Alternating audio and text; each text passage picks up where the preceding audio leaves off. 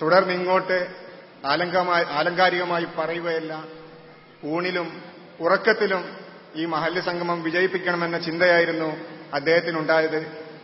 കുട്ടികളെയും യുവാക്കളെയും വനിതകളെയും വൃദ്ധന്മാരെയും വരെയും വളരെ സജീവമായി ഇതിൽ പങ്കാളികളാക്കി ഈ മഹത്തായ സുദിനത്തിൽ നമ്മൾ എത്തിച്ചേർന്നിരിക്കുകയാണ്. അദ്ദേഹത്തിനും ഞാൻ ഔപചാരികമായ സ്വാഗതം ആശംസിക്കുകയാണ്. അതോടൊപ്പം തന്നെ നമുക്കിവിടെ എത്തിച്ചേരേണ്ട മറ്റൊരു അതിഥി മിഷ്കാൽ പള്ളി കുറ്റിച്ചിറ മുഖ്യ ഗാദി കൂടിയായ ബഹുമാനപ്പെട്ട KV ഇമ്പിച്ചമ്മദ് അവറുകളായിരുന്നു. അദ്ദേഹത്തിന് അസുഖം കാരണം അദ്ദേഹം ഇവിടെ എത്തിച്ചേരുകയില്ല എന്ന് അറിയിച്ചിട്ടുണ്ട്. ഈ പരിപാടിയിൽ പങ്കെടുക്കാൻ കഴിയാത്തതിനുള്ള ദുഃഖവും അദ്ദേഹം അറിയിച്ചിട്ടുണ്ട്. അസുഖം കാരണമാണ് അദ്ദേഹം വരാത്തത്. അദ്ദേഹം ഈ പരിപാടിക്ക് എല്ലാവിധ ആശംസകളും അർപ്പിച്ചിട്ടുണ്ട്. അദ്ദേഹത്തിന്റെ അസുഖം അള്ളാഹു സുഖപ്പെടുത്തി കൊടുക്കുമാറാകട്ടെ.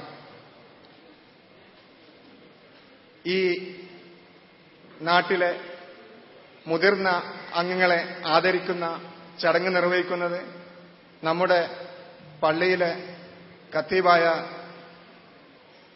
മൗലവി അബ്ദുസലാം പുന്നശ്ശേരി സാഹിബാണ്. അദ്ദേഹത്തെ ഞാൻ ആദരപൂർവം സ്വാഗതം ചെയ്യുകയാണ്. അതോടൊപ്പം തന്നെ നമ്മോട് ആശംസകൾ അർപ്പിച്ച് സംസാരിക്കുന്ന നിലവിലെ മഹല്ല് ഉപദേശക സമിതി അംഗങ്ങളായ TK ഹുസൈൻ സാഹിബ്, വേങ്ങാട്ടിൽ അബൂബക്കർ ഹാജി സാഹിബ് എന്നീ മാന്യ വ്യക്തികൾക്കും സ്വാഗതം ഓതുന്നു. അതോടൊപ്പം തന്നെ ഈ പരിപാടി ധന്യമാക്കാൻ ഇവിടെ എത്തിച്ചേർന്നിട്ടുള്ളതും ഇനി എത്തിച്ചേരാനുള്ളതുമായ പയ്യപ്പള്ളി ജുമുഅത്ത് പള്ളി കമ്മിറ്റി പ്രസിഡന്റ് പൊന്മാണിക്കോട്ട് കോയസൻ ഹാജി, എരക്കളം ജമാഅത്ത് പള്ളി കമ്മിറ്റി പ്രസിഡന്റ് ഉസ്മാൻ വളയന പറമ്പത്ത്, മാളിക്കടവ് ജുമുഅത്ത് പള്ളി പ്രസിഡന്റ് മുനീർ കോയപ്പത്തൊടി, വേങ്ങേരി ജുമുഅത്ത് പള്ളി പ്രസിഡന്റ് അബ്ദുറഹ്മാൻ കൈതവളപ്പിൽ, വേങ്ങേരി സലഫി മസ്ജിദ് ജുമുഅത്ത് പള്ളി പ്രസിഡന്റ് അബ്ദുൽ അസീസ് പുത്തൂർ, അതോടൊപ്പം തന്നെ ഈ മഹലിന്റെ മുൻ സാരഥികളായ അബൂബക്കർ ഹാജി മടത്തിൽ, ആലിക്കോയ സാഹിബ് തിരുവോത്ത്, അതോടൊപ്പം തന്നെ നമ്മുടെ മഹലിന്റെ ജനറൽ സെക്രട്ടറി കൂടിയായ അബ്ദുല്ലക്കോയ പനങ്ങാട്ട്, അദ്ദേഹമാണ് ഈ മഹലിന്റെ റിപ്പോർട്ട് അവതരിപ്പിക്കുക. അദ്ദേഹവും വളരെ സജീവമായി നമ്മുടെ മുന്നിൽ നിൽക്കുന്ന ഒരു മാന്യ വ്യക്തിയാണ്. നമുക്കെല്ലാം ആവേശം പകർന്ന് അദ്ദേഹത്തെ കൂടി ഈ വേദിയിലേക്ക് സ്വാഗതം ചെയ്യുകയാണ്. അതോടൊപ്പം തന്നെ ഈ പരിപാടിയിൽ ഇവിടെ എത്തിച്ചേർന്നിട്ടുള്ള 75 വയസ്സ് പിന്നിട്ടുള്ള നമ്മുടെ നാട്ടിലെ എല്ലാ കാരണവന്മാരെയും എല്ലാ മുതിർന്ന ആളുകളെയും വനിതകളെയും പുരുഷന്മാരും അടക്കമുള്ള ഈ നമുക്ക് നമ്മുടെ നാട്ടിൽ ജീവിച്ച ഈ മുതിർന്ന ആളുകൾക്ക് കൂടി ഞാൻ സ്വാഗതം പറയുകയാണ്. ഈ പരിപാടി വിജയിപ്പിക്കുവാൻ വേണ്ടി അഹോരാത്രം പണിപ്പെട്ട കഴിഞ്ഞ 2-3 മാസമായി പണിപ്പെട്ട ആളുകളാണ് എന്റെ മുന്നിലിരിക്കുന്നത്. അവരിൽ ഓരോരുത്തർക്കും പ്രത്യേകം സ്വാഗതം അറിയിക്കേണ്ടത്. അത്രമാത്രം അവർ ഈ പരിപാടിക്ക് വേണ്ടി പണിയെടുത്തിട്ടുണ്ട്. എങ്കിലും ഞാൻ ഔപചാരികമായി ഈ പരിപാടി എത്തിച്ചേർന്നിട്ടുള്ള എല്ലാ മാന്യ സുഹൃത്തുക്കൾക്കും സ്വാഗതം പറയുകയാണ്. ഈ പരിപാടിയിൽ നന്ദി പറയുക നമ്മുടെ സ്വാഗത സംഘം കൺവീനർ കൂടിയായ അബൂബക്കർ സാഹിബ് ബനിയാളിലായിരിക്കും. അദ്ദേഹത്തിനും ഞാൻ സ്വാഗതം ഓതുകയാണ്.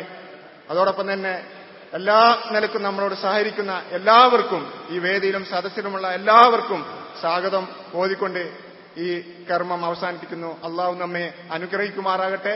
ഈ മഹത്തായ സംഗമം നമ്മുടെ കേരളീയ സമൂഹത്തിന് ഒരു മാതൃകയായി തീരുമാറാകട്ടെ എന്ന് പ്രാർത്ഥിച്ചുകൊണ്ട് അസ്സലാമു അലൈക്കും.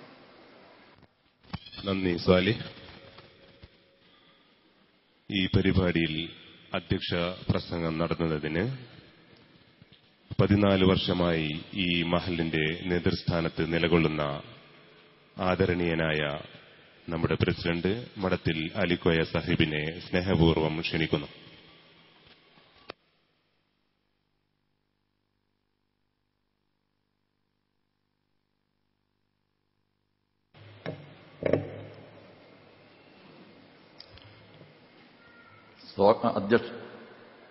വേദിയിലിരിക്കുന്ന ബഹുമാന്യരെ, നമ്മുടെ ഉദ്ഘാടകന് അധിക സമയം ഇവിടെ ഇനി ചെലവഴിപ്പിക്കാനായിട്ട് സാധിക്കില്ല. നാം 9:30 ആരംഭിക്കണമെന്നാണ് കരുതിയിരുന്നത്. അതുകൊണ്ട് ഞാൻ എൻ്റെ സംസാരം മാറ്റിവെക്കുകയാണ്. ഇനി റിപ്പോർട്ടും അതുപോലെ തന്നെ ഇതിന്റെ ഉദ്ഘാടന പ്രസംഗവുമാണ് നടക്കുക.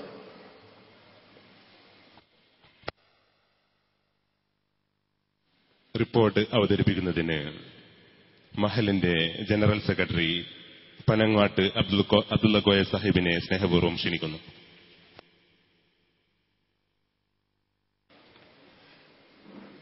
സഹസ്രീകരിക്കുന്ന മാന്യവ്യക്തികളെ, നമ്മുടെ മഹലിലെ സഹോദരി സഹോദരന്മാരെ, അസ്സലാമു അലൈക്കും.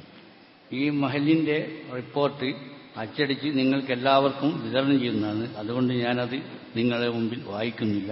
നിങ്ങൾക്ക് നന്ദി. അസ്സലാമു അലൈക്കും.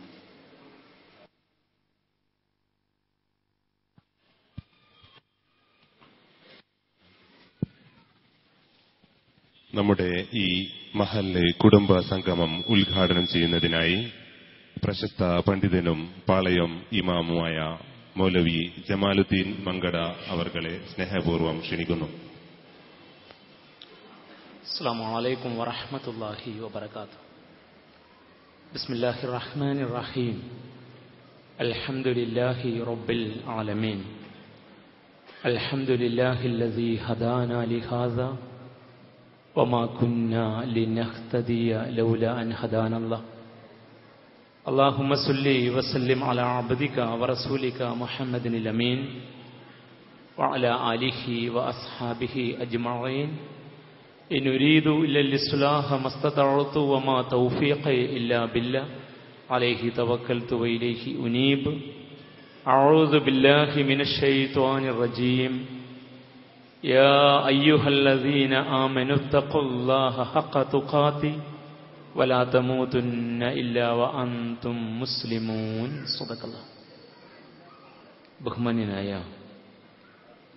ഈ മഹല്ല് കുടുംബ സംഗമത്തിന്റെ അധ്യക്ഷൻ, എൻ്റെ ബഹുമാന്യ സുഹൃത്തു കൂടിയായ അലിക്കോയ സാഹിബ്,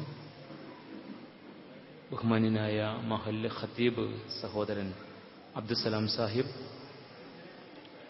ബഹുമാന്യനായ സെക്രട്ടറി അബ്ദുള്ള കോയ സാഹിബ് അവർകൾ, ടി കെ ഹുസൈൻ സാഹിബ്, വങ്ങാട്ടിൽ അബൂബക്കർ ഹാജി സാഹിബ്, വേദിയിൽ ഉപവിഷ്ടരായിട്ടുള്ള മറ്റു ബഹുമാന്യരായ ഈ മഹല്ലിന്റെ സാരഥികളായി നേതൃത്വം വഹിച്ചവരും ഈ മഹല്ലിലെ പ്രഗത്ഭരുമായ രക്ഷിതാക്കളെ, ഇവിടെ സന്നിഹിതരായിട്ടുള്ള കാരണവന്മാരെ, സഹോദരി സഹോദരന്മാരെ, യുവ സുഹൃത്തുക്കളെ, കൊച്ചു കുട്ടികളെ, അല്ലാഹു സുബ്ഹാനഹു വ തആല നമ്മെയും ഈ സദസ്സിനെയും അനുഗ്രഹിക്കുമാറാവട്ടെ. നമ്മുടെ ഈ സംഗമം പടച്ച തമ്പുരാന്റെ അടുക്കൽ സ്വീകാര്യമായ ഒരു സൽക്കർമ്മമായി, അമലുസ്വാലിഹാത്തായി സർവശക്തനായ നാഥൻ നമ്മിൽ നിന്ന് സ്വീകരിക്കുമാറാവട്ടെ, കബൂൽ ചെയ്യുമാറാവട്ടെ. ഏറെ ഹൃദ്യത പ്രദാനം ചെയ്യുന്ന ഒരു സദസ്സാണ് ഇവിടുത്തെ ഈ സംഗമത്തിൽ സന്നിഹിതരായിട്ടുള്ള കുടുംബങ്ങളുടെ ഈ സദസ്സ്. കേരളത്തിൽ വടക്ക് ഭാഗത്തേക്ക് വരുമ്പോൾ ഇങ്ങനെയുള്ള മഹല്ലുകൾ അപൂർവമാണ് എന്നാണ് ഈയുള്ളവന്റെ ഒരു വിലയിരുത്തൽ. എല്ലാവരും ഒന്നിച്ചു ചേരുന്ന, വിവിധ വീക്ഷണങ്ങളും കാഴ്ചപ്പാടുകളും പ്രവർത്തന മേഖലകളുമൊക്കെയുള്ള എല്ലാ വിഭാഗവും ഒന്നിച്ചു നിൽക്കുന്ന, ഐക്യത്തോടെയും സ്നേഹത്തോടെയും നമുക്കിടയിൽ നിലനിൽക്കേണ്ടുന്ന പാരസ്പര്യം കൈവിടാതെ മുന്നോട്ട് പോകുന്ന അപൂർവ മഹല്ലുകളിൽ ഒന്നാണ് കക്കോടി ജുമുഅത്ത് പള്ളി കേന്ദ്രീകരിച്ചുള്ള ഈ ഏറെക്കുറെ വിശാലമായ മഹല്ല് എന്ന് നിങ്ങളുടെ ഈ മഹലിനെ കുറിച്ചുള്ള വിശദാംശങ്ങളിൽ നിന്ന് ഈയുള്ളവൻ മനസ്സിലാക്കുന്നു. ഏറെ ശ്ലാഘനീയമായ എന്നാൽ ശ്രമകരവുമായ ഒന്നാണ് ഈ പ്രയാണം എന്ന കാര്യം പ്രത്യേകം എടുത്തു പറയേണ്ടതുണ്ട്. അതുകൊണ്ട് തന്നെ ഈ മഹല്ലിന്റെ തുടക്കക്കാരും വർഷങ്ങളായി ഇതിന് നേതൃത്വം നൽകി ചുക്കാൻ പിടിച്ച് മുന്നോട്ട് വന്ന ഇപ്പോൾ ഈ വേദിയിൽ ഉള്ളവരും നമ്മെ വിട്ടുപിരിഞ്ഞവരുമായ പ്രഗത്ഭരായ വ്യക്തിത്വങ്ങളും ഏറെക്കുറെ നല്ല ഒരു കാലയളവായി നിങ്ങളുടെ മഹലിന് നേതൃത്വം കൊടുത്തുകൊണ്ടിരിക്കുന്ന ബഹുമാന്യനായ നിങ്ങളുടെ പ്രസിഡന്റ് ഉൾപ്പെടെയുള്ള ഇപ്പോൾ അതിനെ നയിച്ചുകൊണ്ടിരിക്കുന്ന എല്ലാ സഹോദരി സഹോദരന്മാരും, എല്ലാവർക്കും അള്ളാഹു അവന്റെ ദീനിന്റെ മാർഗത്തിലെ ഈ സംരംഭത്തിന്റെ സംഘാടകർ എന്ന നിലക്ക്, അതിന്റെ വിനയാന്യതരായ പ്രവർത്തകർ എന്ന നിലക്ക് അർഹമായ പ്രതിഫലം അള്ളാഹു നൽകട്ടെ എന്ന് ആദ്യമായി പ്രാർത്ഥിക്കുകയാണ്. ഈ ഉള്ളവരിൽ അർപ്പിതമായ ഉത്തരവാദിത്വം നിങ്ങൾ അറിഞ്ഞതുപോലെ ഈ കുടുംബ സംഗമത്തിന്റെ ഔപചാരികമായ ഉദ്ഘാടന കർമ്മം നിർവഹിക്കുക എന്നതാണ്.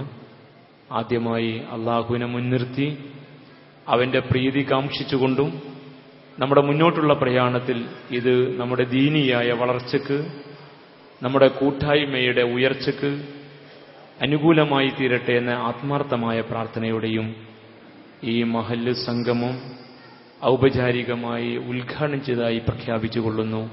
ബിസ്മില്ലാഹിർ റഹ്മാനിർ റഹീം. അല്ലാഹു സുബ്ഹാനഹു വ തആല നമ്മിൽ നിന്ന് ഈ സത്കർമ്മം സ്വീകരിക്കുമാറാവട്ടെ.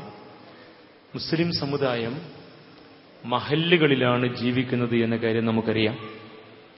അള്ളാഹുവിന്റെ ദീനിന്റെ മാർഗത്തിൽ കടന്നുവന്ന മഹാനായ പ്രവാചകൻ തിരുനബി സല്ലല്ലാഹു അലൈഹി വസല്ലമ അദ്ദേഹത്തിന്റെ പ്രവർത്തനത്തിന്റെ ആദ്യ ഭാഗം ഊന്നിയത് വ്യക്തികളിലായിരുന്നു എന്ന് നാം പഠിച്ചിട്ടുണ്ട്. മക്കയിലെ 13 കൊല്ലത്തെ പ്രബോധന പ്രചാരണ പ്രവർത്തന കാലയളവിൽ വ്യക്തികളെ സ്വകാര്യമായി കണ്ടുകൊണ്ട് കാതോട് കാതോരം ഇസ്ലാമിക ആദർശ ആശയങ്ങളെ പഠിപ്പിച്ചു കൊടുക്കുന്ന ഒരു രീതിശാസ്ത്രമായിരുന്നു ആദ്യത്തെ 3 വർഷം റസൂലുള്ളാഹി സ്വല്ലല്ലാഹു അലൈഹി വസല്ലം സ്വീകരിച്ചത്. ആ കാലയളവ് രഹസ്യ പ്രബോധനം എന്ന പേരിൽ നമ്മൾ പഠിക്കുന്നുണ്ട്.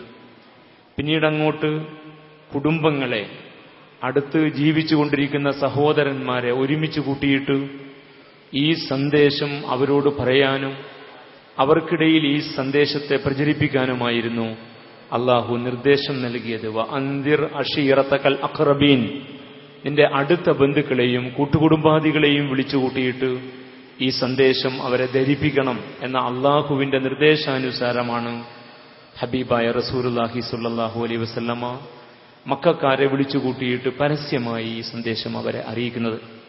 അവിടെ മുതൽ വ്യക്തികളിലും കുടുംബങ്ങളിലും ഊന്നിയുള്ള ഒരു പ്രവർത്തന ക്രമം തിരുനബി സല്ലല്ലാഹു അലൈഹി വസല്ലമ മക്കയിൽ തന്റെ പ്രബോധന പ്രചാരണ കാലയളവിൽ ആസൂത്രിതമായി നടത്തിയതായി ചരിത്രം നമ്മെ ശരിയായ വിധം ബോധ്യപ്പെടുത്തി തരുന്നുണ്ട്. ആ പ്രവർത്തനത്തിന്റെ കാലയളവിൽ അദ്ദേഹത്തിന് ഒരു കേന്ദ്രമുണ്ടായിരുന്നു എന്നും നമ്മൾ പഠിക്കുന്നു. ദാറുൽ അർഖം എന്ന പേരിൽ അറിയപ്പെടുന്ന അർഖം എന്ന ഒരു യുവാവിന്റെ വീട് കേന്ദ്രീകരിച്ചുള്ള ഒരു പ്രവർത്തനം. ആ വീട് കേന്ദ്രീകൃതമായ പ്രവർത്തനത്തിൽ തന്റെ കയ്യിലുള്ള ആശയ ആദർശങ്ങൾ സ്വീകരിച്ച് കടന്നുവന്ന വ്യക്തികളെയും കുടുംബങ്ങളെയും റസൂലുള്ളാഹി സ്വല്ലല്ലാഹു അലൈഹി വസല്ലമ തനിക്ക് ലഭ്യമായ വഹീന്റെ അടിസ്ഥാനത്തിൽ അത് അവരെ പഠിപ്പിച്ചും അതനുസരിച്ച് സംസ്കരിച്ചും വളർത്തിയെടുക്കുകയാണ് ചെയ്തത്. ഖുർആൻ തിരുനബി സല്ലല്ലാഹു അലൈഹി വസല്ലമയുടെ നിയോഗത്തെക്കുറിച്ച് പറയുന്നിടത്ത് ഈ ഭാഗം ആവർത്തിച്ച് പറയുന്നത് ഖുർആൻ പാരായണം ചെയ്യുമ്പോൾ നമ്മുടെ ശ്രദ്ധയിൽ വന്നിട്ടുള്ള ഭാഗമാണ്. വയുഅല്ലിമുഹുമുൽ കിതാബ വൽ ഹിക്മത വയുസക്കീഹിം എന്ന് വിശുദ്ധ ഖുർആൻ ആവർത്തിക്കുന്നുണ്ട്. വേദഗ്രന്ഥം അവരെ പഠിപ്പിക്കുക, അതിന്റെ തത്വജ്ഞാനവും അതിലെ യുക്തിവിചാരവും അവരെ പഠിപ്പിക്കുക. അൽ ഹിക്മ എന്നതിന് അസുന്ന എന്നും തഫ്സീറുകൾ അർത്ഥം നൽകിയിട്ടുണ്ട്. അഥവാ വിശുദ്ധ ഖുർആന്റെ പ്രായോഗിക തലവും അവരെ പഠിപ്പിക്കുക. ഈ രീതിയിൽ അവരെ പഠിപ്പിച്ചെടുത്തുകൊണ്ട് വയുസക്കീഹിം, അവരിൽ നിന്ന് ജാഹിലിയത്തിനെ, അവിടെയുള്ള അനിസ്ലാമികതയെ ഒന്നൊന്നായി എടുത്തു മാറ്റിക്കൊണ്ട് പകരം ഇസ്ലാമീയത്തിനെ, ഇസ്ലാമിക ദർശനത്തെ അവരിൽ സന്നിവേശിപ്പിച്ചുകൊണ്ടുള്ള ഒരു സംസ്കരണ പ്രക്രിയയും റസൂലുള്ളാഹി സ്വല്ലല്ലാഹു അലൈഹി വസല്ലം നടത്തിയിരുന്നു. ഞാൻ ഇത്രയും സൂചിപ്പിച്ചത് അന്ന് മക്കയിൽ ഒരു പള്ളി കേന്ദ്രീകൃതമായ പ്രവർത്തന രീതി ഉണ്ടായിരുന്നില്ല. കാരണം ഇസ്ലാമിന് സ്വന്തമായിട്ട് അവിടെ ഒരു പള്ളി ഉണ്ടായിരുന്നില്ല. 13 കൊല്ലത്തെ മക്കയിലെ ജീവിത സന്ദേശ പ്രബോധന പ്രവർത്തന കാലയളവിന് ശേഷം തിരുനബി സല്ലല്ലാഹു അലൈഹി വസല്ലമയും അദ്ദേഹത്തിന്റെ അനുചരന്മാരും മദീനയിൽ കാലുകുത്തിയപ്പോൾ റസൂലുള്ളാഹി സ്വല്ലല്ലാഹു അലൈഹി വസല്ലമ സഫറിൽ അവസാനത്തിൽ പുറപ്പെട്ട് റബീഉൽ അവൽ 8 ഹിജ്റ ചെയ്ത് മദീനയിൽ എത്തിയ ഖുബ എന്ന സ്ഥലത്ത് ആദ്യമായി ഒരു മസ്ജിദ് ഖുബ പള്ളി പണിയുകയും ഏതാനും ദിവസം കഴിഞ്ഞ് കുറച്ചപ്പുറത്തേക്ക് സഞ്ചരിച്ചെത്തി വെള്ളിയാഴ്ച അവിടെ തമ്പടിച്ച് ഒരു താൽക്കാലിക പള്ളി നിർമ്മിച്ചുകൊണ്ട് അവിടെ ജുമുഅ ആരംഭിക്കുകയും ചെയ്തു എന്നാണ് ചരിത്രം. ഖുബയിൽ സംഘടിതമായ നമസ്കാരവും പിന്നീട് നിർമ്മിച്ച ഈ പള്ളി ഇന്ന് നമ്മൾ അറിയപ്പെടുന്ന മദീനയിലെ മസ്ജിദുൻ നബവി അവിടെ ജുമുഅയും ആരംഭിച്ചുകൊണ്ടുള്ള ഒരു പ്രവർത്തനമാണ് മദീനയിൽ പിന്നീട് തുടങ്ങിയത്. അവിടെ മുതൽ ഒരു പള്ളി കേന്ദ്രീകൃതമായ ഒരു സമൂഹം എന്ന രീതിയിൽ നമുക്ക് പറയാൻ കഴിയുമെങ്കിൽ ഇന്നത്തെ ഭാഷയിൽ ഒരു മഹല്ല് സംവിധാനം എന്ന രീതിയിൽ പിന്നീട് അത് ഒരു രാഷ്ട്ര സംവിധാനമായി മാറിയ ചരിത്രവും നമ്മുടെ മുമ്പിലുണ്ട്. അങ്ങനെ ഒരു പ്രവർത്തന ക്രമം ഇസ്ലാമിലെ പ്രവാചകന്റെ ചര്യയിൽ നമുക്ക് കണ്ടെത്താൻ കഴിയും. ആ പള്ളി കേന്ദ്രീകൃതമായി നടന്നിരുന്ന പ്രവർത്തനം എന്തൊക്കെയാണോ അതാണ് ഒരു മഹല്ലിന്റെ കേന്ദ്രമായി നിലകൊള്ളുന്ന പള്ളി കേന്ദ്രീകൃതമായി നടക്കേണ്ടത് എന്ന കാര്യത്തിൽ നമുക്കിടയിൽ എന്തായിരുന്നാലും അഭിപ്രായ വ്യത്യാസമില്ല. ആ പള്ളിയുമായി ബന്ധപ്പെട്ട് നിൽക്കുന്ന മദീനയിലെ ഇസ്ലാമിക സമൂഹത്തെക്കുറിച്ചുള്ള ഒരു വിശദീകരണത്തിൽ വിശുദ്ധ ഖുർആൻ പറയുന്നുണ്ട്, ഫീഹി റിജാലുൻ യുഹിബ്ബൂന അൻ യതതഹറു. ഫീഹി റിജാലുൻ, ആ പള്ളി കേന്ദ്രീകരിച്ച് നിങ്ങൾക്ക് ഒരുപാട് ആളുകളെ കാണാം. യുഹിബ്ബൂന അൻ യതതഹറു, അവർ സംശുദ്ധരായിരിക്കാൻ ആഗ്രഹിക്കുന്നവരാണ്, അവർ ജീവിത വിശുദ്ധി മുറുകെ പിടിക്കാൻ ആഗ്രഹിക്കുന്നവരാണ് എന്ന് മസ്ജിദുൻ നബവി കേന്ദ്രീകരിച്ചുകൊണ്ടുള്ള ആ ഇസ്ലാമിക സമൂഹത്തിന്റെ ചിത്രത്തെ വിശദീകരിച്ചുകൊണ്ട് വിശുദ്ധ ഖുർആൻ പറയുന്ന ഭാഗമാണ് ഈയുള്ളവന് നിങ്ങളുടെ ശ്രദ്ധയിൽ ഈ സവിശേഷമായ സന്ദർഭത്തിൽ കൊണ്ടുവരാൻ ആഗ്രഹിക്കുന്ന പാഠം. പള്ളി കേന്ദ്രീകൃതമായി നിലകൊള്ളുകയാണ് നാം. കക്കോടി മഹല്ല് ഈ മഹല്ലിന്റെ കേന്ദ്ര പള്ളിയെ കേന്ദ്രീകരിച്ചുകൊണ്ട് നിലകൊള്ളുന്ന ഒരു മഹല്ലാണ്. അള്ളാഹുവിന്റെ ദീനിന്റെ മാർഗത്തിൽ ഇത്തരം ഏതൊരു സംവിധാനവും, ഏത് മഹല്ലാവട്ടെ, വ്യക്തികളും കുടുംബങ്ങളും ചേരുന്ന മഹല്ലുകൾ ചേരുന്ന സമുദായം, ഇതാണ് ഇസ്ലാമിന്റെ ഘടനയിൽ നമുക്ക് നമ്മുടെ സമുദായത്തെ വിശദീകരിക്കാൻ കഴിയുന്ന രീതി. അപ്പോൾ അങ്ങനെ വരുമ്പോൾ നമ്മൾ വ്യക്തികളും കുടുംബങ്ങളും, ഇസ്ലാമിലെ വ്യക്തികളും കുടുംബങ്ങളും മഹല്ലുകൾ കേന്ദ്രീകരിച്ചാണ് നിലകൊള്ളുന്നത്. ആ മഹല്ലുകൾ ഒരു പള്ളി കേന്ദ്രീകൃതമായി നിലകൊള്ളുന്ന സംവിധാനമാണ്. ആ പള്ളി കേന്ദ്രീകൃതമായി നിലകൊള്ളുന്ന മുസ്ലിം സമുദായത്തിന് ചേരുന്ന ഏറ്റവും സവിശേഷമായ വിശേഷണം അവർ ജീവിത വിശുദ്ധി മുറുകെ പിടിച്ച് നിലകൊള്ളാൻ ആഗ്രഹിക്കുന്നവരാണ് എന്നാണ്. അതാണ് മദീനയിലെ പള്ളി കേന്ദ്രീകരിച്ച് നിലകൊള്ളുന്ന മുഹാജിറുകളും അൻസാറുകളും ഉൾക്കൊള്ളുന്ന റളിയല്ലാഹു തആല അൻഹും അവരെ വിശേഷിപ്പിച്ചുകൊണ്ട് ഖുർആൻ പറഞ്ഞത് ഫീഹി റിജാലുൻ യുഹിബ്ബൂന അൻ യതതഹറു, അവര് ജീവിത വിശുദ്ധി മുറുകെ പിടിച്ച് നിലകൊള്ളാൻ ആഗ്രഹിക്കുന്ന ഒരു വിഭാഗമാണ് എന്ന്. നമ്മുടെ പുതിയ കാലഘട്ടം പള്ളികളും സംവിധാനങ്ങളും അതിനോടനുബന്ധമായ പ്രവർത്തനങ്ങളും സവിശേഷമായി നടക്കുന്ന മഹല്ലുകൾ ഉള്ള ഒരു കാലഘട്ടമാണ്. പഴയ അവസ്ഥയിൽ നിന്ന് കേരളീയ മുസ്ലിം സമൂഹത്തിന്റെ വളർച്ചാ പടവുകളിലൂടെ അത് മുന്നേറി വന്നപ്പോൾ മഹല്ലുകളിലും വലിയ മാറ്റങ്ങൾ ഉണ്ടായിട്ടുണ്ട്. വിദ്യാഭ്യാസ രംഗത്ത് ശ്രദ്ധിച്ചും സംസ്കരണത്തിൽ ഊന്നിയും മഹല്ലിലെ സഹോദരന്മാരുടെ ഉപജീവന മാർഗത്തിലെ വളർച്ച ലക്ഷ്യം വെച്ചും മഹല്ലിന്റെ മൊത്തത്തിലുള്ള അഭിവൃദ്ധിയും സാധാരണക്കാരന്റെ പ്രശ്നങ്ങൾ ഏറ്റെടുക്കുന്ന റിലീഫ് സംവിധാനങ്ങളും ഒപ്പം ഇസ്ലാമിന്റെ അടിസ്ഥാനങ്ങളായിട്ടുള്ള ഫിത്ർ സക്കാത്തും സംവിധാനങ്ങളും ഉൾപ്പെടെ എല്ലാം ഭംഗിയായി നടത്തിക്കൊണ്ടിരിക്കുന്ന ഒരു ഘടന ഏറെക്കുറെ നല്ല രീതിയിൽ ചിന്തിക്കുകയും പ്രവർത്തിക്കുകയും ചെയ്യുന്ന മഹല്ലുകളിൽ ഉണ്ട് എന്ന കാര്യം നമുക്കറിയാം. തെക്കും വടക്കും, കേരളീയ സമൂഹത്തിലെ തെക്കും വടക്കും ഈ വിഷയത്തിൽ ഇപ്പോൾ ഒരു നല്ല മത്സരാധിഷ്ഠിതമായ അവസ്ഥ തന്നെ ഉണ്ട് എന്നാണ് ഈ ഉള്ളവന്റെ അനുഭവം. പക്ഷെ ഇങ്ങനെ അനുദിനം വർധനവും വളർച്ചയുമൊക്കെ മുസ്ലിം സമുദായങ്ങൾ നിലകൊള്ളുന്ന മഹല്ലുകളിൽ ഉണ്ടായിക്കൊണ്ടിരിക്കെ തന്നെ ജീവിത വിശുദ്ധിയുടെ കാര്യത്തിൽ നമ്മുടെ സമുദായം പിറകോട്ട് പോകുന്നുവോ എന്ന ആശങ്ക നമുക്കിടയിലെ എല്ലാ സംഘടനാ സംവിധാനങ്ങളിലും മഹല്ല് സംവിധാനങ്ങളുടെ തലപ്പത്തിരിക്കുന്ന ആളുകളിലും ഉണ്ട് എന്ന യാഥാർത്ഥ്യം വിനയപുരസ്സരം നിങ്ങളെ അറിയിക്കാൻ ആഗ്രഹിക്കുകയാണ്. ഇമാമുമാരുമായി ബന്ധപ്പെട്ടും സംഘടനാ സംവിധാനങ്ങളുമായി ബന്ധപ്പെട്ടും സവിശേഷമായി ഇടപെടാൻ അവസരം കിട്ടുന്ന സന്ദർഭങ്ങളിലൊക്കെ നമുക്കിടയിലുള്ള വേവലാതി നമ്മുടെ സമുദായ അംഗങ്ങളിൽ നിന്ന് ജീവിത വിശുദ്ധി കൈമോശം വന്നു പോകുന്നു എന്നതാണ്.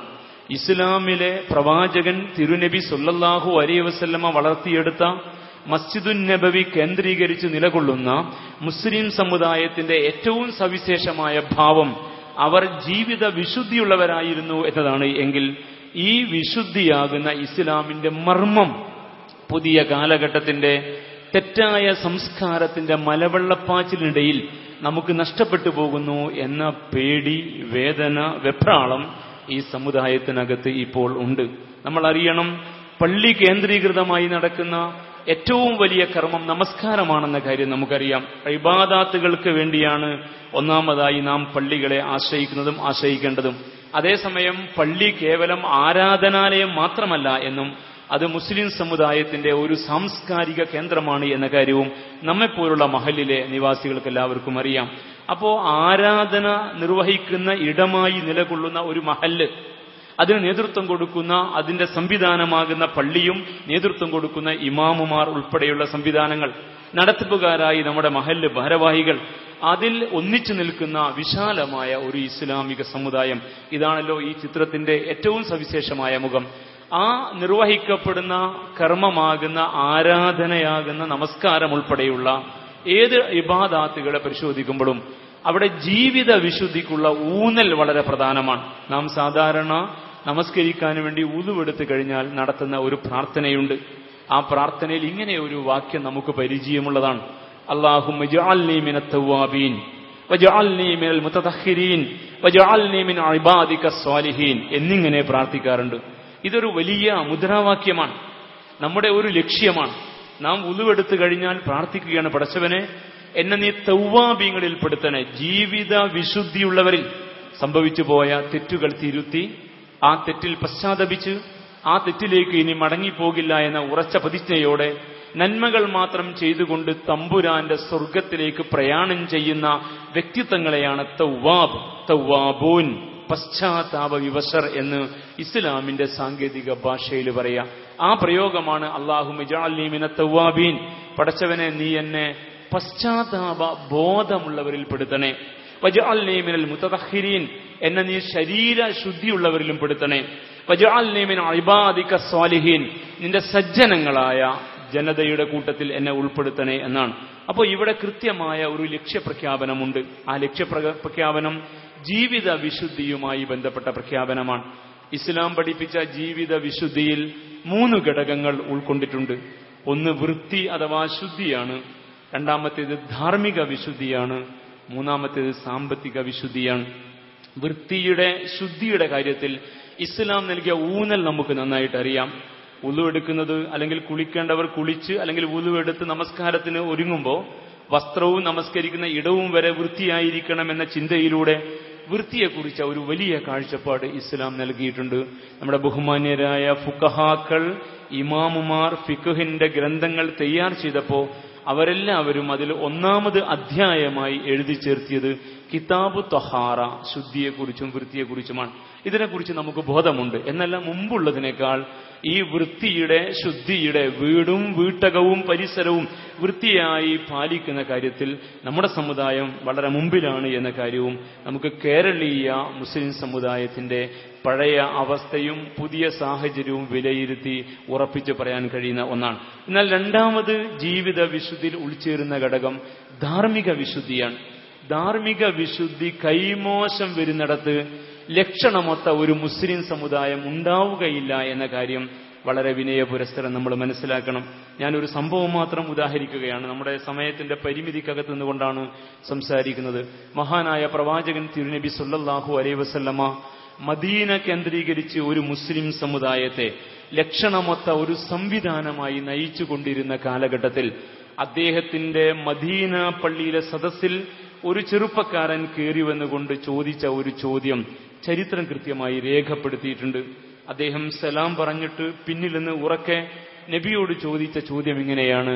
റസൂലുള്ളയോട് അദ്ദേഹം ചോദിച്ചു, ആ ചെറുപ്പക്കാരൻ, ഇദൻ ലി ബിസിന യാ റസൂലല്ലാഹ്, അല്ലാഹുവിന്റെ റസൂലെ, എനിക്ക് വ്യഭിചരിക്കാൻ അനുവാദം വേണമെന്ന്. വ്യഭിചരിക്കാൻ അനുവാദം ചോദിച്ചുകൊണ്ട് ഒരു ചെറുപ്പക്കാരൻ കയറി വന്ന ചരിത്രം നിങ്ങൾ പലവരെ കേട്ടിട്ടുണ്ടാകും. സദസ്സ് ഒന്നടങ്കം ഇളകി വശായി. പ്രവാചകൻ തിരുനബി സല്ലല്ലാഹു അലൈഹി വസല്ലമ സ്വകാര്യതകളിൽ പോലും പടച്ചതമ്പുരാനെ ഭയപ്പെടാൻ നല്ല അളവിൽ പഠിപ്പിച്ച ഇസ്ലാമിക ദർശനത്തിന്റെ പ്രബോധകനും പ്രചാരകനുമാണ്.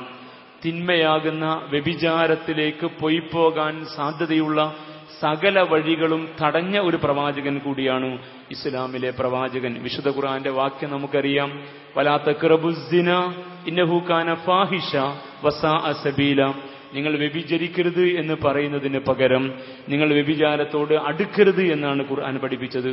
അത് ഏറ്റവും മ്ലേച്ഛമാണ്, മോശമായ വഴിയാണ് എന്ന് പഠിപ്പിച്ച ഈ ആയത്തിന്റെ വിശദാംശത്തിൽ മഹാന്മാരായ മുഫസ്സിരീങ്ങൾ പറയുന്നുണ്ട്, തിന്മയാകുന്ന ഈ വ്യഭിചാരത്തിലേക്ക് പോയിപ്പോകാൻ സാധ്യതയുള്ള സകല വഴികളെയും തടയലാണ് അടുക്കരുത് എന്ന ഈ പ്രയോഗം കൊണ്ട് ഉദ്ദേശിക്കുന്നത്. സദ്ദുദ്ദറാ എന്നാണ് അതിനെക്കുറിച്ച് പണ്ഡിതന്മാർ അവരുടെ ഭാഷയിൽ പറയാ. പ്രേരകങ്ങളെ തടയുക. കണ്ണിന് വ്യഭിചാരമുണ്ട്, കാതിന് വ്യഭിചാരമുണ്ട്, കയ്യിന് വ്യഭിചാരമുണ്ട് എന്നിങ്ങനെ ഈ വക പ്രവർത്തികൾ, സംസാരം, തനിച്ചാവൽ തുടങ്ങി എല്ലാറ്റിനെയും ഉൾക്കൊള്ളിച്ചുകൊണ്ട് അതെല്ലാം വ്യഭിചാരമാണ്, മോശമാണ് എന്ന് പഠിപ്പിക്കുന്നത് മുഖേന അത്തരം ഒരു തിന്മയിലേക്ക് പോകാതിരിക്കാനുള്ള കൃത്യമായ നിർദ്ദേശമാണ് ഈ പ്രവാചകൻ തിരുനബി സല്ലല്ലാഹു അലൈഹി വസല്ലം നൽകിയത്. എന്നല്ല, ആ മദീനയിൽ ഈ മദീന പള്ളി കേന്ദ്രീകരിച്ച് വ്യഭിചാരത്തിന് കുറ്റവും ശിക്ഷയും നടപ്പാക്കുന്ന കാലഘട്ടം കൂടിയാണ് എന്ന കാര്യം നാം അറിയണം. അത്തരം ഒരു പശ്ചാത്തലത്തിലാണ് ഒരു ചെറുപ്പക്കാരൻ വന്നിട്ട് ഇങ്ങനെ ഒരു ചോദ്യം ഉന്നയിക്കുന്നത്. അതുകൊണ്ടാണ് സദസ്സ് ഇളകി വശായത്. പ്രവാചകൻ തിരുനബി സല്ലല്ലാഹു അലൈഹി വസല്ലം ആ ചെറുപ്പക്കാരനെ മുമ്പോട്ട് കടത്തിവിടാൻ ആവശ്യപ്പെട്ടു. മുന്നോട്ട് കടന്നു വന്നപ്പോൾ ആ ചെറുപ്പക്കാരനെ തോളിൽ കൈയിട്ട് പിടിച്ച് അടുത്തിരുത്തിയിട്ട് ഹബീബായ റസൂലുള്ളാഹി സ്വല്ലല്ലാഹു അലൈഹി വസല്ലമ ഒരു ഉപദേശ രൂപേണ ഒരു ചോദ്യോത്തര ശൈലിയിൽ ആ ചെറുപ്പക്കാരനുമായി മനഃശാസ്ത്രപരമായ ഒരു സമീപനം സ്വീകരിച്ചുകൊണ്ട് സംസാരിച്ചത് തിരുവചനങ്ങളിൽ കാണാം. നിന്റെ ഉമ്മക്ക് ഇങ്ങനെ ഒരു ഗതി വന്നാൽ, നിന്റെ ഭാര്യയെ ഒരാൾ കൈവച്ചാൽ, നിന്റെ മകൾക്ക് ഇത്തരം ഒരു ദുരന്തം സംഭവിച്ചാൽ, നിന്റെ സഹോദരിയെ ഒരു കണ്ണുവെച്ചാൽ, തിരുനബിയുടെ ചോദ്യമാണ്. അതിന് ഉശിരുള്ള ഈ ചെറുപ്പക്കാരന്റെ മറുപടി, ലാ വല്ലാഹി, പടച്ചവനാണ് സത്യം, അവനെ ഞാൻ തട്ടും, അവനെ ഞാൻ വെട്ടും, അവനെ ഞാൻ കഷ്ണിച്ചു കളയും, അവനെ പിന്നീട് ഭൂമിയിൽ വെച്ചേക്കില്ല എന്നിങ്ങനെ ഉശിരോടെ ഈ ചെറുപ്പക്കാരൻ മറുപടി പറയുമ്പോൾ ഓരോ മറുപടിയുടെയും അനുബന്ധമായി തിരുനബി സല്ലല്ലാഹു അലൈഹി വസല്ലം പറഞ്ഞുകൊണ്ടിരുന്നു, ജനങ്ങളും അങ്ങനെയാണ്, അവരാരും അവരുടെ ഉമ്മക്ക് ഈ ഗതി വരാൻ ആഗ്രഹിക്കുകയില്ല. ജനങ്ങളും അങ്ങനെയാണ്, അവരാരും അവരുടെ സഹോദരിക്ക്, മകൾക്ക്, ഭാര്യക്ക് ഇങ്ങനെ ഒരു ദുരിതം ആഗ്രഹിക്കുകയില്ല എന്നിങ്ങനെ തിരുനബി തിരിച്ച് പ്രതികരിച്ചു കൊണ്ടിരുന്നു. ഈ സംഭാഷണത്തിനൊടുവിൽ ആ ചെറുപ്പക്കാരന്റെ മനസ്സിൽ ഇസ്ലാമിന്റെ ഉദാത്തമായ ഒരു ചിന്ത തിരുനബി സല്ലല്ലാഹു അലൈഹി വസല്ലം ഇട്ടുകൊടുത്തു. അവന്റെ കണ്ണുകൾ നിറഞ്ഞു. അവന്റെ മുഖം വല്ലാത്ത ഒരവസ്ഥയിൽ അതിന്റെ മനസ്സിലുണ്ടായ ആ ചിന്തയുടെ സ്വാധീനം പ്രകടിപ്പിക്കുന്ന ഭാവത്തിൽ ഇരുന്നപ്പോൾ പ്രവാചകൻ തിരുമേനി ആ ചെറുപ്പക്കാരന് വേണ്ടി പരസ്യമായി അവിടെ വെച്ച് പ്രാർത്ഥിച്ചു എന്ന് ചരിത്രം പറയുന്നു. റസൂലുള്ളാഹി ഇട്ടുകൊടുത്ത ചിന്ത ഇതായിരുന്നു എന്ന് മഹാന്മാരായ പണ്ഡിതന്മാർ വിശകലനം ചെയ്ത് പറയുന്നുണ്ട്. ഏതൊരു സ്ത്രീയും ആരുടെയൊക്കെയോ ഉമ്മയാണ്, ആരുടെയൊക്കെയോ മകളാണ്, ആരുടെയൊക്കെയോ ഭാര്യയാണ്, ആരുടെയൊക്കെയോ സഹോദരിയാണ്. അതുകൊണ്ട് എല്ലാ സ്ത്രീകളും ആദരിക്കപ്പെടേണ്ടവരാണ് എന്ന ഉദാത്തമായ ഒരു ചിന്ത ആ ചെറുപ്പക്കാരന്റെ മനസ്സിലേക്ക് ഇട്ടുകൊടുത്തപ്പോൾ അവന്റെ മനസ്സിൽ ചിന്ത വന്നു, പശ്ചാത്താപബോധമുണ്ടായി.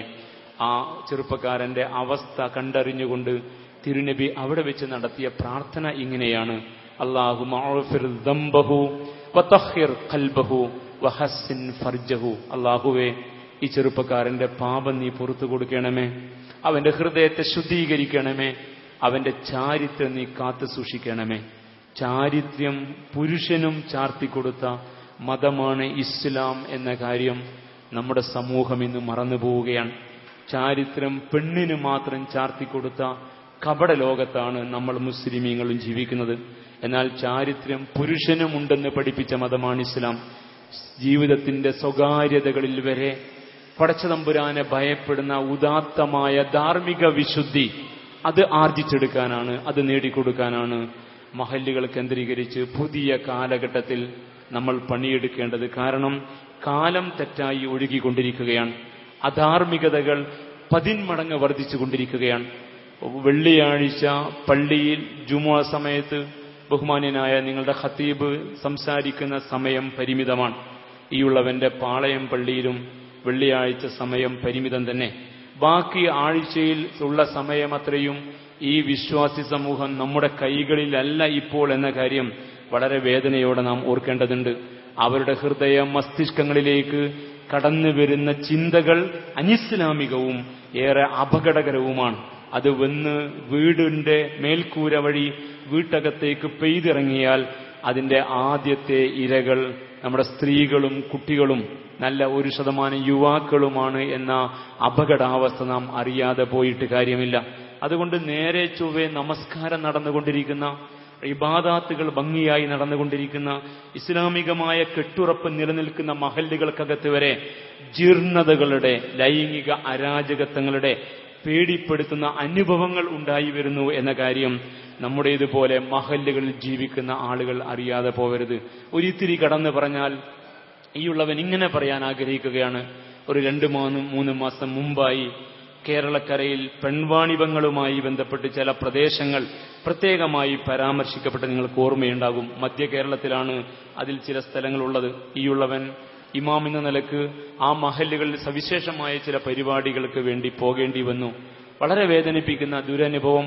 കേരളത്തിന്റെ ഭൂപടം എടുത്തു വെച്ചുകൊണ്ട് ഈ പെൺവാണിഭങ്ങൾ അരങ്ങേറിയ പ്രദേശങ്ങൾ അടയാളപ്പെടുത്താൻ നാം ശ്രമിച്ചാൽ നാം വേദനയോടെ മനസ്സിലാക്കാൻ കഴിയും, അതെല്ലാം കേരളത്തിലെ അറിയപ്പെടുന്ന മഹല്ലുകൾ നിലകൊള്ളുന്ന ആസ്ഥാനങ്ങളാണ്. കേരളത്തിലെ അറിയപ്പെടുന്ന മഹല്ലുകൾ നിലകൊള്ളുന്ന ആസ്ഥാനങ്ങളാണ്. മുസ്ലിം പിതാക്കന്മാർ സ്വന്തം പെൺമക്കളെ വിൽപ്പനക്ക് വെച്ച നാണക്കേട് കഴുകിക്കളയാൻ കഴിയാതിരിക്കുന്ന കാലമാണ് നമ്മുടെ കാലമെന്ന് വിനയപുരസ്സരം നാം ഓർക്കണം. അപ്പോൾ ഇസ്ലാമിന്റെ സവിശേഷമായ എല്ലാ ഭാവങ്ങളും മഹലിനകത്ത് എഴുന്നേറ്റ് നിൽക്കുമ്പോഴും നാം അനിവാര്യമായും മുറുകെ പിടിക്കേണ്ടുന്ന ധാർമ്മിക വിശുദ്ധി നമുക്ക് അന്യം നിന്ന് പോകുന്നു എങ്കിൽ പടച്ച തമ്പുരാന്റെ കൃപാകടാക്ഷങ്ങൾ, അവന്റെ കാരുണ്യം നമ്മുടെ വീട്ടിലും നാട്ടിലും പെയ്തിറങ്ങുകയില്ല എന്ന് വേദനയോടെ നമ്മൾ ഓർക്കണം. അതുകൊണ്ട് ഈ ധാർമ്മിക വിശുദ്ധിയിൽ ഊട്ടി നമ്മുടെ പുതുതലമുറയെ വളർത്താൻ നമുക്ക് സാധിക്കേണ്ടതുണ്ട്. ഇന്ന് ഏറ്റവും വലിയ പീഡനം നടക്കുന്നത് വീട്ടകത്താണ് എന്നും വീട്ടകങ്ങൾ ലൈംഗിക അരാജകത്വത്തിന്റെ കേന്ദ്രങ്ങളായി മാറുന്നു എന്നും കേരളത്തിൽ പൊതുപഠനങ്ങളുണ്ട് എന്ന കാര്യവും നാം ഓർക്കേണ്ടതുണ്ട്. അവിടെയാണ് പ്രവാചകൻ തിരുനബി സല്ലല്ലാഹു അലൈഹി വസല്ലമ വ്യഭിചാരത്തിന് അനുവാദം ചോദിച്ചുവെന്ന ചെറുപ്പക്കാരനെ മുന്നിലിരുത്തി സമുദായത്തിനും സമൂഹത്തിനും നൽകിയ ഈ വലിയ പാഠം പ്രസക്തമാകുന്നത്.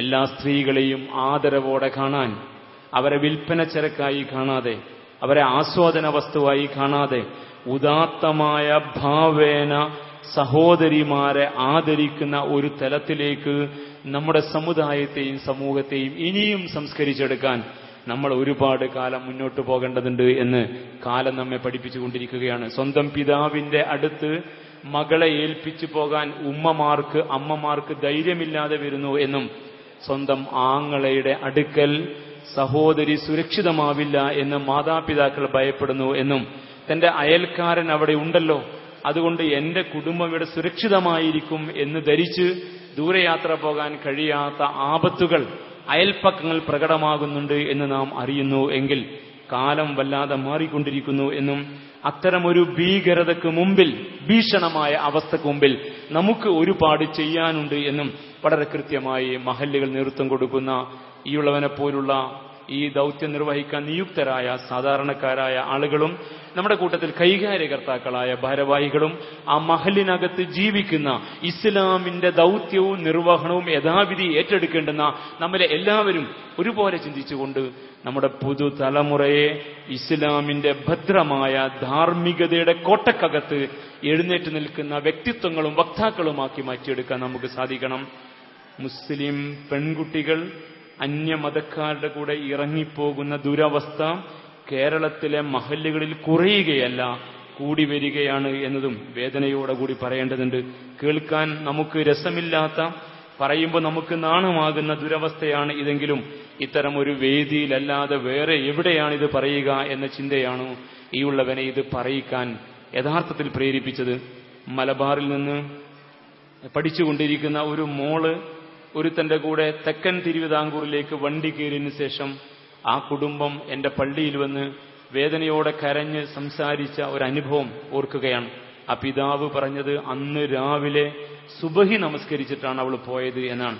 അപ്പോൾ ഞാൻ അദ്ദേഹത്തോട് പറഞ്ഞു, ഇപ്പോഴും അവൾ വേണമെങ്കിൽ സുബഹ് നമസ്കരിക്കുന്നുണ്ടാകും.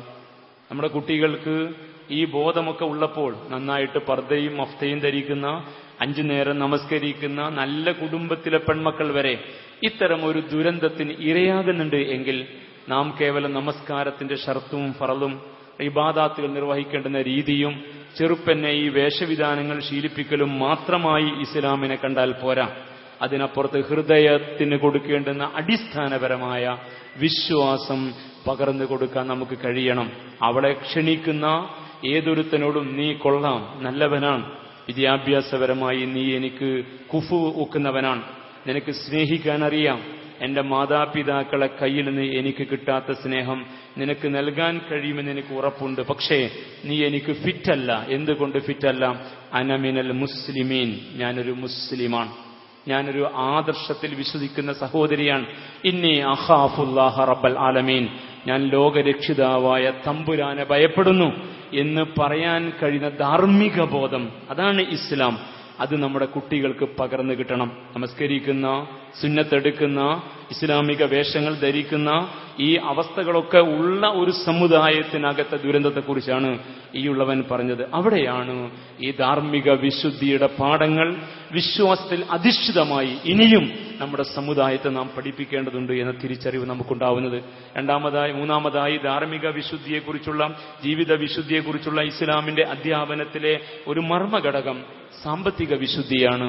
സാമ്പത്തിക രംഗത്ത് ഏത് മാർഗേണ ധനസമാഹരണം നടത്തിയാലും കുഴപ്പമില്ല. പണമുണ്ടെങ്കിൽ മഹലിൽ സ്ഥാനമുണ്ട്, പണമുണ്ടെങ്കിൽ സംഘടനകളെ വിലക്കെടുക്കാം, പണമുണ്ടെങ്കിൽ പാർട്ടിക്കാരെ വാങ്ങാം, എംപിമാരെ സംവിധാനിക്കാം എന്ന ഈ കാഴ്ചപ്പാട് വളർന്നു വന്നപ്പോൾ മുസ്ലിം സമുദായത്തിനകത്തും വരുമാന മാർഗങ്ങളുടെ ഹലാല് ഹറാമുകൾ വിഷയമല്ലാതായി മാറിയിരിക്കുകയാണ്. പ്രവാചകൻ തിരുനബി സല്ലല്ലാഹു അലൈഹി വസല്ലമ മക്ക മദീന കേന്ദ്രീകൃതമായി പ്രവർത്തിക്കുമ്പോൾ അന്നത്തെ സാഹചര്യത്തിൽ അധാർമികമായ സമ്പാദനത്തിന്റെ വഴികൾ പരിമിതമായിരുന്നു. പിടിച്ചുപറിയും കൊലയും കൊള്ളിവെപ്പുമൊക്കെയാണ് അന്നുണ്ടായിരുന്ന വേഗത്തിൽ പണമുണ്ടാക്കാനുള്ള മാർഗമെങ്കിൽ നമ്മുടെ കാലം വന്നപ്പോൾ ഈ അധാർമിക സമ്പാദനത്തിന്റെ വഴികൾ വികസിച്ചിരിക്കുകയാണ്. പിക് പോക്കറ്റിംഗ് മുതൽ ഖജനാവ് ചോർത്തൽ വരെ അതിൻ്റെ വേറെയും ഒരുപാട് വഴികൾ ഇന്ന് ഈ കാലഘട്ടത്തിൽ തെറ്റായ സമ്പാദനത്തിന്റെ വഴികളായിട്ട് ഉണ്ട്. അതിൽ അഭിരമിക്കാൻ നമ്മുടെ സമുദായത്തിലെ അംഗങ്ങൾക്ക് മടിയില്ലാത്ത വിധം പണം പടച്ചതമ്പുരാനേക്കാളും വലുത് എന്ന വീക്ഷാഗതി സാർവത്രികമായി വന്നപ്പോൾ നമ്മുടെ ജീവിത വിശുദ്ധി പിന്നെയും നഷ്ടപ്പെട്ടു പോയി. നിങ്ങൾ അറിയണം, മോഷണത്തിന് അനുവാദം ചോദിച്ചു വന്ന ഒരു അനറബിയുടെ ചരിത്രം തിരുനബിയുടെ കാലഘട്ടത്തിൽ നാം തിരുവചനത്തിൽ വായിക്കുന്നുണ്ട്. പ്രവാചകരെ, ഇസ്ലാം എനിക്ക് നന്നായി ബോധ്യപ്പെട്ടു, ഞാനത് സ്വീകരിക്കാൻ തയ്യാറാണ്, പക്ഷെ എന്റെ തൊഴിൽ മോഷണമാണ്, അത് ഞാൻ നിർത്തുകയില്ല എന്ന് പറഞ്ഞപ്പോൾ ആ ചെറുപ്പക്കാരനെ വിളിച്ചിരുത്തി നല്ല ഒരു ഉത്ബോധനം തിരുനബി നൽകിയതായി തിരുവചനത്തിൽ വായിക്കാം. ആ ഉത്ബോധനത്തിന്റെ ഊന്നൽ മേഖല ഇത്തഖില്ല, നീ പടച്ചവനെ ഭയപ്പെടണം. ഇത്തഖില്ലാഹ ഹൈസുമാ കുന്ത, നീ എവിടെയിരുന്നാലും തമ്പുരാനെ ഭയപ്പെടണം. ഇത്തഖില്ലാഹ ഇൻദ കുല്ലി ഷജരിൻ വഹജരിൻ വമദർ, മാമരങ്ങൾ ഇടത്തൂർന്ന് നിൽക്കുന്ന വനാന്തർ ഭാഗത്തായിരുന്നാലും വലിയ കരിമ്പാറ കൂട്ടങ്ങൾക്കിടയിലെ ഗുഹാന്തർ ഭാഗത്തായിരുന്നാലും വിജനമായ കുന്നിൻ പുറത്തോ മൺതിട്ടയിലോ സമതലങ്ങളിലോ ആളുകളുടെ കണ്ണിനപ്പുറത്ത് ആയിരുന്നാലും ശരി, നിന്നെ സാഗൂതം നിരീക്ഷിക്കുന്ന പടച്ചതമ്പുരാനുണ്ടെന്ന ബോധം നിനക്കുണ്ടാവണമെന്ന കൃത്യമായ ഉത്ബോധനം കൊടുത്തിട്ട് കലിമ ചൊല്ലിക്കൊടുത്ത് കെട്ടിപ്പിടിച്ച് ഉമ്മ വെച്ച് യാത്രയാക്കിയപ്പോ റസൂലുള്ളാഹി പറഞ്ഞത്രേ ഈ മനുഷ്യനോട്, മോഷണമൊക്കെ കൊള്ളാം, പക്ഷെ പടച്ചവന്റെ കണ്ണ് വെട്ടിച്ച് മോഷ്ടിക്കാൻ കഴിയില്ലെന്ന കാര്യം നിന്റെ ചിന്തയിൽ ഉണ്ടാവട്ടെ എന്ന്. അന്ന് രാത്രി മോഷണത്തിന് ഇറങ്ങിയപ്പോ ഇതേ വർത്തമാനം തിരുവചനം ഒരു കൊള്ളിയാൻ പോലെ അദ്ദേഹത്തിന്റെ ഹൃദയം മസ്തിഷ്കത്തിൽ മിന്നിയപ്പോൾ, എന്റെ നാഥന്റെ കണ്ണ് വെട്ടിച്ച് ഞാൻ എങ്ങനെ മോഷ്ടിക്കും എന്ന ചിന്തയാൽ മോഷണത്തിന്റെ ഉപകരണങ്ങൾ വലിച്ചെറിഞ്ഞ് ധാർമ്മിക ജീവിതത്തിലേക്ക് തിരിച്ചു നടന്ന അത്തരം മനുഷ്യരെ വാർത്തെടുത്ത ചരിത്രമാണ് ഇസ്ലാമിലെ പ്രവാചകന്റെ സംസ്കരണ പ്രവർത്തന മാർഗത്തിൽ നാം പഠിക്കുന്നത് എങ്കിൽ, അറിയപ്പെടുന്ന മോഷ്ടാവായിരുന്ന ഉമറിനെ ഖജനാവിന്റെ സൂക്ഷിപ്പുകാരനായി ഏൽപ്പിച്ചു കൊടുത്തപ്പോ ആ ഭരണാധികാരിയായ ഉമറുൽ ഫാറൂഖ് റളിയല്ലാഹു തആല അൻഹു ഹിജ്റ 18-ാം വർഷത്തിൽ ആമുർ റമാദ, ഏറെ ദയനീയമായ ഒരു ക്ഷാമകാലം മദീനയിൽ വ്യാപിച്ച കാലഘട്ടത്തിൽ അവിടുത്തെ സാധാരണക്കാര് കഴിക്കുന്ന ഭക്ഷണം കഴിച്ചുകൊണ്ട് ഉണങ്ങി മെലിഞ്ഞു പോയ ഒരു ഭരണാധികാരിയായി നമുക്ക് ഉമറിനെ പരിചയപ്പെടാൻ കഴിയുന്നുണ്ട് എങ്കിൽ നമ്മൾ അറിയണം, ഈ മോഷണം മുതൽ ഖജനാവ് കയ്യിൽ കിട്ടിയാൽ അത് ചോർത്തിയെടുക്കുന്ന രീതി വരെയുള്ള അധാർമികമായ സമ്പാദനത്തിന്റെ വഴിയിൽ ലക്ഷണമൊത്ത ഒരു മുസ്ലിം സമുദായം ഉണ്ടാവുകയില്ല എന്നും അവരുടെ വഴി തികച്ചും വ്യത്യസ്തമായ വിശുദ്ധിയുടെ പാതയായിരിക്കുമെന്ന് മനസ്സിലാക്കാൻ നമുക്ക് അധികം ഉദാഹരണങ്ങൾ വേണ്ടതില്ല. ഉമറിനെ കുറിച്ച് ഈ കാലയളവിൽ അദ്ദേഹത്തിന്റെ കൂട്ടുകാരൻ ഇയാദ് ഇബ്നു ഖുലൈഫ റളിയല്ലാഹു തആല അൻഹു പറയുന്നുണ്ട്, ഉമർ പ്രതിജ്ഞയെടുത്തു പോലും എന്റെ സാധാരണക്കാരായ ആളുകൾക്ക് നേരെ ചൊവ്വെ വെണ്ണ പുരട്ടിയ റൊട്ടിയും മാംസവും കഴിക്കാൻ അവസരം ഒത്തുവരുന്ന കാലം വരെ ഞാൻ ഒരിക്കലും